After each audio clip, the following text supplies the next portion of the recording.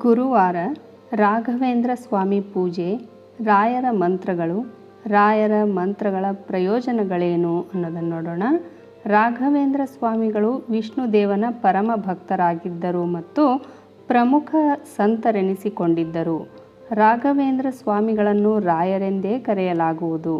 ರಾಘವೇಂದ್ರ ಸ್ವಾಮಿಗಳ ಆರಾಧನೆಯನ್ನು ಮಾಡಲು ಗುರುವಾರದ ದಿನವು ಅತ್ಯಂತ ಪ್ರಶಸ್ತವಾದ ದಿನವಾಗಿದೆ.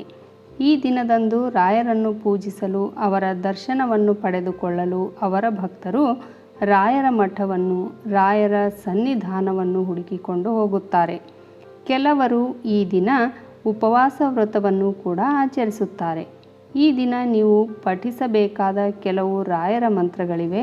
ಇವುಗಳನ್ನು ಪಠಿಸುವುದರಿಂದ ಅನೇಕ ಪ್ರಯೋಜನಗಳಿವೆ. ರಾಘವೇಂದ್ರ ಸ್ವಾಮಿ ಮಂತ್ರಗಳು.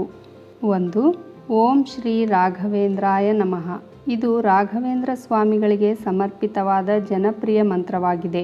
ಅಂದರೆ, ನಾನು ರಾಘವೇಂದ್ರ ಸ್ವಾಮಿಗಳಿಗೆ ನಮಸ್ಕಾರವನ್ನು ಸಲ್ಲಿಸುತ್ತಿದ್ದೇನೆ ಎಂಬುದಾಗಿದೆ. 2. ಓಂ ರಾಘವೇಂದ್ರಾಯ ಸದ್ಗುರವೇ ನಮಃ. ಈ ಮಂತ್ರವು ರಾಘವೇಂದ್ರ ಸ್ವಾಮಿಗಳನ್ನು ಸದ್ಗುರು, ಅಂದರೆ ನಿಜವಾದ ಗುರು ಎಂದು ಗೌರವಿಸಲಾಗುತ್ತದೆ. ಅಂದರೆ, ಓಂ ನಿಜವಾದ ಗುರು ರಾಘವೇಂದ್ರರಿಗೆ ನಮಸ್ಕಾರಗಳು ಎಂಬರ್ಥವನ್ನು ನೀಡುತ್ತದೆ. 3. ಶ್ರೀ ರಾಘವೇಂದ್ರಾಯ ನಮಃ. ಈ ಮಂತ್ರವು ರಾಘವೇಂದ್ರ ಸ್ವಾಮಿಗಳ ಆಶೀರ್ವಾದವನ್ನು ಪಡೆಯಲು ಸರಳ ಮತ್ತು ಶಕ್ತಿಯುತ ಮಾರ್ಗವಾಗಿದೆ. 4. ಓಂ ನಮೋ ರಾಘವೇಂದ್ರಾಯ. ಈ ಮಂತ್ರವು ರಾಘವೇಂದ್ರ ಸ್ವಾಮಿಗೆ ನಾವು ಭಕ್ತಿಯನ್ನು ತೋರಿಸಲು ಮತ್ತೊಂದು ಮಾರ್ಗವಾಗಿದೆ. ಅಂದರೆ, ಓಂ ನಾನು ರಾಘವೇಂದ್ರರಿಗೆ ನಮಸ್ಕರಿಸುತ್ತೇನೆ.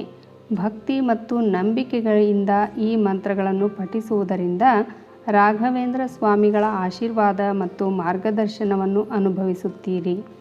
ರಾಘವೇಂದ್ರ ಸ್ವಾಮಿಗಳ ಮಂತ್ರಗಳನ್ನು ಪಠಿಸುವುದರ ಪ್ರಯೋಜನಗಳು. 1. ಆಧ್ಯಾತ್ಮಿಕ ಬೆಳವಣಿಗೆ. ರಾಯರ ಶಕ್ತಿಗಳು ಮತ್ತು ಮಾರ್ಗದರ್ಶನದೊಂದಿಗೆ ಸಂಪರ್ಕ ಸಾಧಿಸಲು ಸಹಕಾರಿ. 2. ರಕ್ಷಣೆ. ನಕಾರಾತ್ಮಕ ಶಕ್ತಿಗಳು, ಅಡೆತಡೆಗಳು ಮತ್ತು ಸವಾಲುಗಳಿಂದ ರಾಯರು ನಿಮ್ಮನ್ನು ರಕ್ಷಿಸುತ್ತಾರೆ. 3. ಶಾಂತಿ. ಆಂತರಿಕ ನೆಮ್ಮದಿ ಮತ್ತು ಮಾನಸಿಕ ಸ್ಪಷ್ಟತೆಯನ್ನು ಪಡೆದುಕೊಳ್ಳುವಿರಿ. 4. ಬುದ್ಧಿವಂತಿಕೆ ಮತ್ತು ಜ್ಞಾನ. ಜ್ಞಾನ ವೃದ್ಧಿಯಾಗುವುದು ಮತ್ತು ಎಲ್ಲ ವಿಷಯಗಳನ್ನು ತಿಳಿದುಕೊಳ್ಳಬೇಕೆನ್ನುವ ಕಾತುರ ಹೆಚ್ಚಾಗುವುದು. 5. ಗುಣಪಡಿಸುವಿಕೆ. ದೈಹಿಕ, ಮಾನಸಿಕ ಮತ್ತು ಭಾವನಾತ್ಮಕ ಸಮಸ್ಯೆಗಳನ್ನು ಗುಣಪಡಿಸುವುದು. 6. ಸಮೃದ್ಧಿ.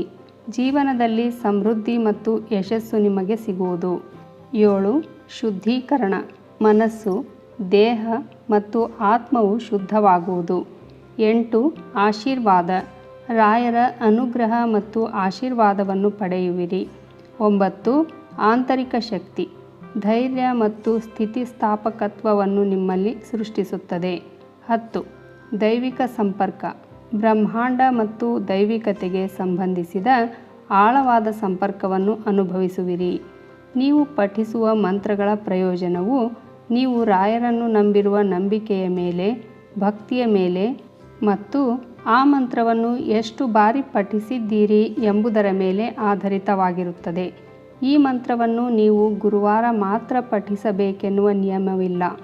ಎಲ್ಲ ದಿನವೂ ಪಠಿಸಬಹುದು, ಆದರೆ ಗುರುವಾರ ಪಠಿಸುವುದು ಹೆಚ್ಚಿನ ಮಹತ್ವವನ್ನು ಒಳಗೊಂಡಿದೆ. ಉಪಯುಕ್ತ ಮಾಹಿತಿಗಳಿಗಾಗಿ ನನ್ನ ರತ್ನವಾಣಿ ಚಾನಲನ್ನು ಸಬ್ಸ್ಕ್ರೈಬ್ ಮಾಡಿಕೊಳ್ಳ್ರಿ. ಹಾಗೆ ಒಂದು ಲೈಕ್ ಕೊಡೋದ್ರ ಜೊತೆಗೆ ಹೆಚ್ಚು ಜನರಿಗೆ ಈ ವಿಡಿಯೋವನ್ನು ಶೇರ್ ಮಾಡಿರಿ. ಧನ್ಯವಾದಗಳು.